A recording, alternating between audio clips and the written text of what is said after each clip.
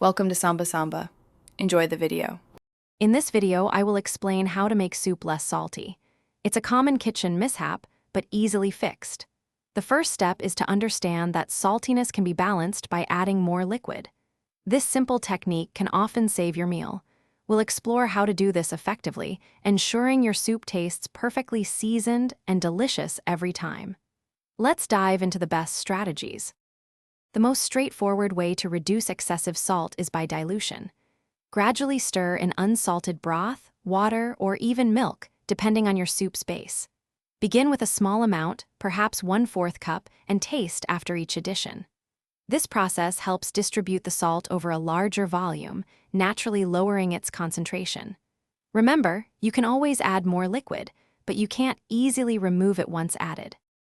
Beyond dilution, you can introduce ingredients that absorb or counteract saltiness. Starchy items like raw potato chunks, rice, or pasta can soak up excess salt. Just remember to remove the potato after cooking. A splash of acid, such as fresh lemon juice or apple cider vinegar, brightens flavors and cuts through salt. Rich ingredients like unsalted butter or a dollop of cream can also soften the salty edge, adding a lovely texture. To avoid overly salty soup in the future, prevention is key.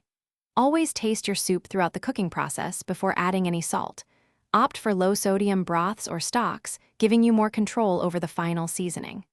Add salt in small increments, especially when reducing liquids, as flavors will concentrate. By seasoning in layers, you ensure a perfectly balanced and delicious soup every time, without the need for rescue missions. Thanks for watching. Consider subscribing if we helped you.